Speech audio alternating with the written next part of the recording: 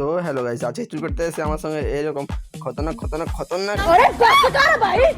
ঘটনা ঘটে যাবে কখনোই ভাবিনি। চলো তোমাদের প্রথম থেকে দেখাই। চুল কাটতে চলে এসেছি আমাদের বাজারে এই দোকানটা, চলো তোমাদের ভেতরে নিয়ে যাই। আর ভেতরে এসে কি দেখতে পেলাম, দেখো কত কাস্টমার বসে রয়েছে। আর এই সাইডে আমি দাঁড়িয়েছিলাম, আর দেখতে পেলাম একটা চেয়ার খালি আছে, তাই চেয়ারটাতে বসে পড়লাম। খিদা পেয়েছিল তাই কিছু খাবার খেয়ে নিলাম। আর এইদিকে আমার ভাই একটা হাই হেলো করছে, আর এইদিকে আমি আমার চুলের মাপ করছি। চুলটা এত পরিমাণে পড়েছে তাই কেটে দিতে হবে। ফাইনালি 1 ঘন্টা ওয়েট করার পর চুল কাটতে বসে পড়েছি। আর দেখো দাদা আমার চটপট করে চুল কেটে দিল। চুল কাটা হয়ে গেল তাই ফেস ওয়াশ করবো। দাদা আমার মাথায় বেল বানিয়ে দিচ্ছে, আর দেখো কিভাবে আমার মুখে প্রাইমারটা মারছে। দাদা প্রাইমার মেরে আমাকে পুরো ভূত বানিয়ে দিল। প্রাইমার মারা কমপ্লিট হয়ে যাওয়ার পর আমার কেমন দেখাচ্ছে দেখো। কিছুক্ষণ পর ইনস্টাগ্রাম খুলে দেখি এত বড় ইউটিউবার আমার স্টোরি দিয়েছে। থ্যাংক ইউ তপন দা ভাস্কর দা আমার রিলসটাকে তোমাদের স্টোরিতে লাগানোর জন্য।